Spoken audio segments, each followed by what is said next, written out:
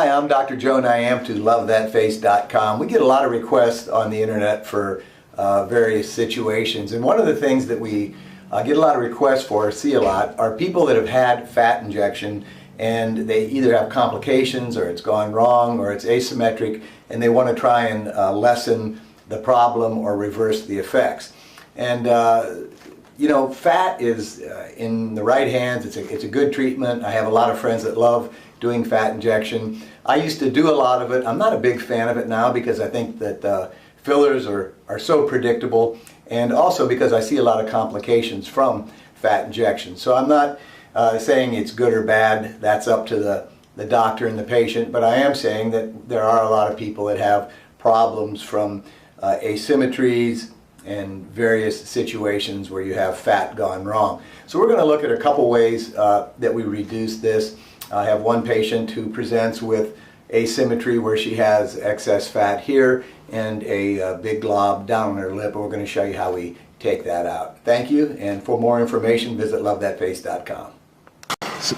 So what we have here is a patient that had fat injected in her lips, and fat can be really unpredictable, and this is one of the things I don't like about it. And we see a lot of patients where we're trying to remove fat that was injected previous, and this is just overdone, and she has the equivalent of a lipoma here.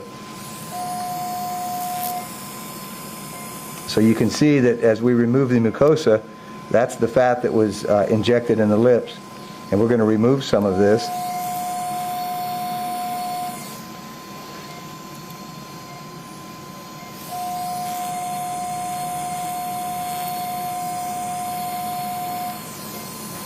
I much prefer injectable fillers inside the lips because fat can just be unpredictable. I know a lot